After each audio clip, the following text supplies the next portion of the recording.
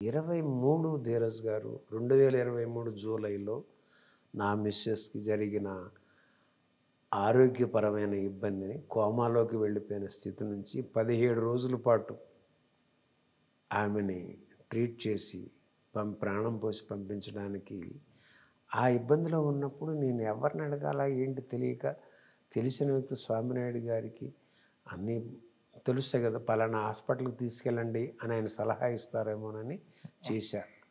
Phone చేయగానే ఆమె పేరు నాకు వాట్సాప్ చేయండి అన్నారు. ఆ చేశాక ఇక అలా అలా అదంతా మొన్న ఎపిసోడ్స్లో చెప్పున్నాను. అంత జరిగింది. అంత జరిగిన తర్వాత అయిపోయింది. ఇక ఆమె డిశ్చార్జ్ చేశారు. డిశ్చార్జ్ చేసి ఇక ఆగస్టు 2వ తేదీ 2023 ఇక నేను ఇక్కడి నుంచి ఆమె అనారోగ్యరీత్యా వెళ్ళిపోయాను.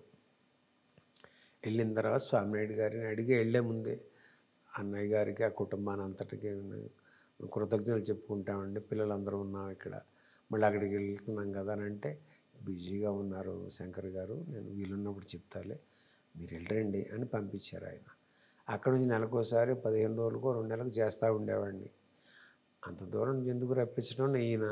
తర్వాత వాళ్ళకి అన్నయ్య గారు వీళ్ళకి అవసరమా, వాళ్ళ ధర్మం, వాళ్ళు సంతోషంగా ఏదో చేసేసి పంపించేశారు. దానికి మళ్ళీ నేను వెళ్ళి థ్యాంక్స్ చెప్పి ఎదురు చూస్తారా?